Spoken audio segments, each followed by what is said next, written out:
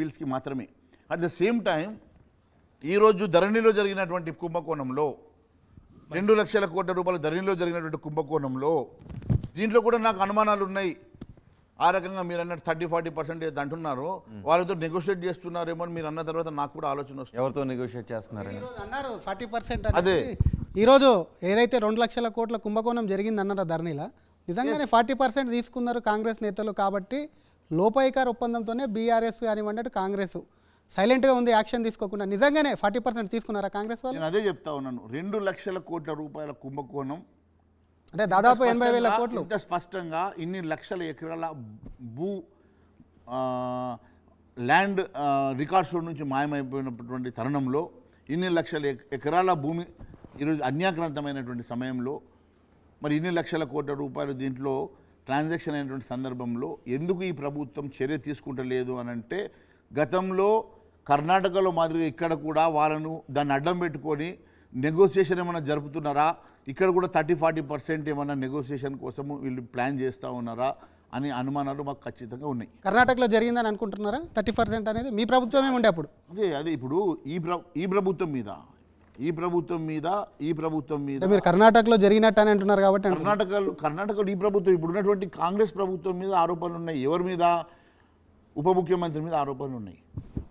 కర్ణాటకలో ఉప ముఖ్యమంత్రి ఇలాంటి ట్యాక్సెస్ పెడుతున్నాడు, ఇలాంటి చేస్తున్నాడు. ఇప్పుడు ఆ ఉప ముఖ్యమంత్రి శిష్యుడిగా మన ముఖ్యమంత్రి గారు ఆయన పంతాలో నడుస్తుండేమో మాకు అనుమానాలు ఉన్నాయి. ఇంకొకటి, వాళ్ళేమో మీకు టచ్లో ఉన్నారని చెప్పి మీరు చెప్తున్నారు. మొన్న మీకు కౌంటర్స్ కూడా కోమటిరెడ్డి వెంకటరెడ్డి అన్నాడు.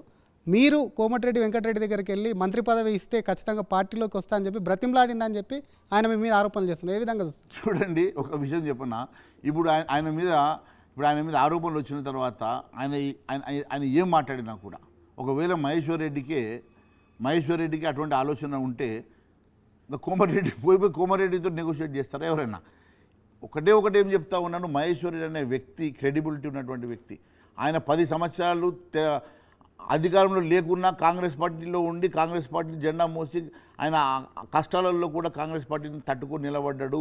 కానీ ఏ రోజు ఏ ఒక్క చిన్న దీనికి లొంగకుండా, ఎన్ని నాకు ప్రలోభ పెట్టినా కూడా లొంగకుండా ఆ రోజు నేను కాంగ్రెస్ పార్టీలోనే ఉన్నటువంటి వ్యక్తిని.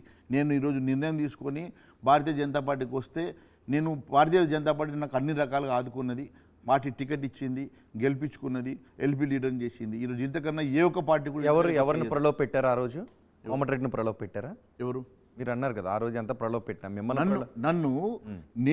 నేను ఆ రోజు 10 సంవత్సరాలు కాంగ్రెస్ పార్టీలో ఉన్న సమయంలో కూడా నన్ను రూలింగ్ పార్టీ వాళ్ళు నన్ను ప్రలోభ పెట్టి పార్టీలకు తీసుకుపోవాలంటే కూడా నేను ఏ రోజు కూడా నేను లొంగకుండా నేను ఏం ప్రలోభ పెట్టారు అప్పట్లో మిమ్మల్ని? సరే, పార్టీలో రమ్మని నేను ఎన్ని రకాలుగా నన్ను ఆఫర్ ఇచ్చినా కూడా వెళ్ళినటువంటి వ్యక్తిని నేను ఆ రోజు కాంగ్రెస్ పార్టీలోనే నేను కష్టమైనా ఏమున్నా కాంగ్రెస్ పార్టీ జెండా మోసి కాంగ్రెస్ పార్టీలోనే పనిచేశాను 10 ఏళ్ళు నేను. కానీ నేను ఏ రోజు కూడా అధికారం కోసం పాకులాడినటువంటి వ్యక్తిని కాదు అని చెప్తా ఉన్నా. అదే మాదిరి నాకు అవకాశం వచ్చి నేను బయటకు వచ్చి భారతీయ జనతా పార్టీలో క్యాండిడేట్గా నేను నిలబడ్డాక నన్ను ప్రజలు ఆశీర్వదించారు, పార్టీ ఆశీర్వదించి నాకు ఈ స్థాయికి తీసుకొచ్చి ఇంతకన్నా నేను ఇంకేం కోరుకోలే. అంటే ఒకవేళ మీరు అక్కడ ఉండుంటే అక్కడ నిర్మల్ నుంచి మీకు టికెట్ వచ్చి ఉండేది కాదా? నా టికెట్ కాంగ్రెస్లో ఉండుంటే ఏం జరుగుండేది? నేను ఇప్పుడు అంటే వేరే పార్టీలు ప్రలోభ పెట్టినా నేను వెళ్ళలేదు అన్నారు, కానీ బీజేపీలోకి వెళ్ళిపోయారు. బీజేపీలో ఏమైనా ప్రలోభాలు పెడితే వెళ్ళారా, లేకపోతే కాంగ్రెస్లో నచ్చక వెళ్ళారా, లేకపోతే కాంగ్రెస్ సీటు ఇవ్వదని వెళ్ళారా, భవిష్యత్తులో ఏదైనా? కాంగ్రెస్ పార్టీలో ఏ రోజైతే నేను రేవంత్ రెడ్డి గారికి నాకు డిఫరెన్స్ ఆఫ్ ఒపీనియన్ ఉన్నాయో, నేను కాంగ్రెస్ పార్టీని నేను బేరీజ్ వేసుకున్న తర్వాత కాంగ్రెస్ పార్టీలో ఈ రకమైనటువంటి క్లైమేట్ అండ్ అట్మాస్ఫియర్లో మనం పనిచేయడం మంచిది కాదు అని నేను డిసైడ్ చేసుకొని, నేను ఎప్పుడైతే కాంగ్రెస్ పార్టీని వీడి భారతీయ జనతా పార్టీకి వచ్చాను ఒక స్టేబుల్ లీడర్షిప్ కోసము, ఖచ్చితంగా నా స్టేబుల్ లీడర్షిప్ కోసం వచ్చిన పర్పస్ సాల్వ్ అయిపోయి నేను ఎమ్మెల్యే గెలిచాను. అసలు ఏంటి రేవంత్ రెడ్డితో మీకున్న విభేదాలు? రేవంత్ రెడ్డికి వ్యతిరేకంగా మీరు పాదయాత్ర కూడా చేశారు. ఆ పాదయాత్రకు బట్టి వచ్చారు, ఉత్తమ్ కుమార్ రెడ్డి వచ్చారు, దామోదర్ రాజనరసింహ వచ్చారు. చూడు, ఇప్పుడు నాకు అక్కడ డెఫినెట్గా I had a very big group there. నాకు అందరితో సఖ్యతగా ఉండే, అందరు లీడర్స్ తోటి నాకు సఖ్యత ఉండే, అందరు లీడర్స్ తోటి నాకు నేను ఫ్రెండ్లీగా ఉండే, నాకు ఏ రోజు కూడా ఇది లేకుండే. కానీ రేవంత్ రెడ్డి గారి స్పీడు, రేవంత్ రెడ్డి గారి ఫంక్షనింగ్ స్టైల్లో డిఫరెన్స్ ఆఫ్ ఒపీనియన్లో కూడా మాకు కొంచెం డిఫరెన్స్ ఉండే. ప్లస్ డెఫినెట్గా నేను ఎక్స్పెక్ట్ చేసినాను ఆయన ఈ పార్టీని హైజాక్ చేస్తాడని ఎక్స్పెక్ట్ చేసినాను. ఐ సెడ్ హైజాక్ చేస్తాడనుకున్నారా, అధికారంలోకి తెస్తాడనుకున్నారా? చూడండి, అధికారంలోకి వస్తుందని ఆ రోజు ఎవరు చెప్పగలిగినారు? అధికారంలోకి వస్తుందని కాంగ్రెస్ పార్టీ అధికారంలోకి వస్తుందా, ఏ పార్టీ అధికారంలోకి వస్తుందా అని పక్కన పెట్టండి. కానీ కాంగ్రెస్ పార్టీలో ఆ రెండు గ్రూపుల మధ్యలో, ఆ రెండు గ్రూపుల కొట్లాట మధ్యలో నేను ఇమ్మడలేనని చెప్పి నేను డిసైడ్ చేసుకున్న రోజు నేను బయటకు వచ్చాను.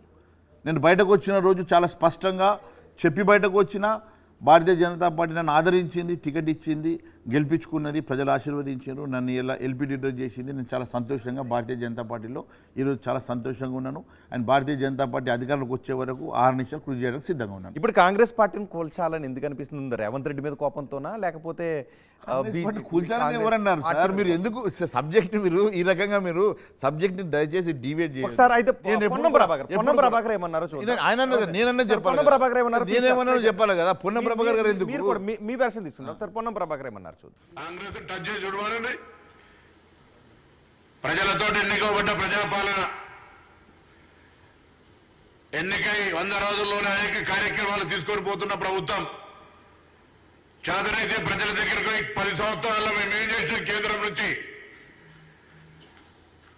విభజన హామీలు అమలు చేసినవా, తెలంగాణ ఏర్పాటు మీద ప్రధానమంత్రి స్వయంగా తెలంగాణ ఏర్పాటు పట్ల అవహేళనగా మాట్లాడితే అది తప్పు అని చెప్పగలిగే ధైర్యం, మగతనం ఉందా? రైట్, మహేశ్వర్ రెడ్డి గారు చూడండి, ప్రభాకర్ గారు ఆయన అన్న మాటలలో అవహేళన చేశారు తెలంగాణ రాష్ట్రం తెచ్చుకునే పద్ధతి. ఎస్, ఈరోజు నేను కూడా అంటా ఉన్నాను. తెలంగాణ రాష్ట్ర విభజన సమయంలో ఒకవైపు యూపీఏ, మరోవైపు భారతీయ జనతా పార్టీ సపోర్ట్ చేసినప్పటికీ కూడా మీరు తలుపులు పెట్టుకొని తెలంగాణ తీసుకురావాల్సినటువంటి గత్యంతరం అవసరం ఏమొచ్చింది? పెప్పర్ పౌడరు, కన్నుల స్ప్రేలు కొట్టుకునేటువంటి అవసరం ఏమొచ్చింది? అది మీ పార్టీ వాళ్ళే కదా. మీ పార్టీ వాళ్ళు మీకే వ్యతిరేకతగా ఉండి వాళ్ళకు భయపడి మీరు మీ పార్టీలో ఉన్నటువంటి మీరే కొట్లాడుకొని మీరే పెప్పర్ స్ప్రేలు వేసేసుకొని మీరే ఇబ్బంది పడి తెచ్చుకుంటారు. నాయకులు అదే చెప్తాను. ఆయన అన్నది, నేను అన్నది కాదు, వారన్నది. మీరు దర్వాజాలు పెట్టుకొని ఎందుకు తెలంగాణ రాష్ట్రం తెచ్చుకోరో చెప్పాలా, దానికి ఎందుకు అవహేళన చేస్తారో చెప్పాలంటే, ఎస్, మీరు తెచ్చుకున్న పద్ధతిలోనే, దర్వాజాలు పెట్టుకొని తెచ్చుకున్న పద్ధతిలోనే తేడా ఉన్నది, తప్పు ఉన్నదని చెప్పడంలో తప్పు లేదు. నేను దాని మీద I'm standing on hour statement. And second issue, ప్రజా సర్కారు. ఎస్, ఎవరు మీ ప్రజా సర్కారుని ఊరుస్తామంటున్నారండి? మేము ప్రజా సర్కారుని ఊరుస్తామంటిమా?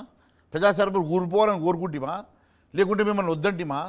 ప్రజలు మీకు మ్యాండేట్ ఇచ్చారు, మేము గౌరవించాం కాబట్టి ప్రతిపక్షంలో ఉండి ప్రజల పక్షాన్ని నిలబడి మేము ప్రశ్నిస్తున్నాం తప్ప మీ ప్రభుత్వం కూలాలని మేము కోరుకోవడం లేదు.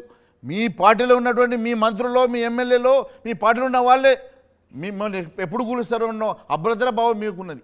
ఆ అభద్రతా భావంతో మీరు ఈరోజు ఈ రకంగా స్టేట్మెంట్స్ ఇస్తూ ఉన్నారు. నేను ఒకటే అడుగుతాను.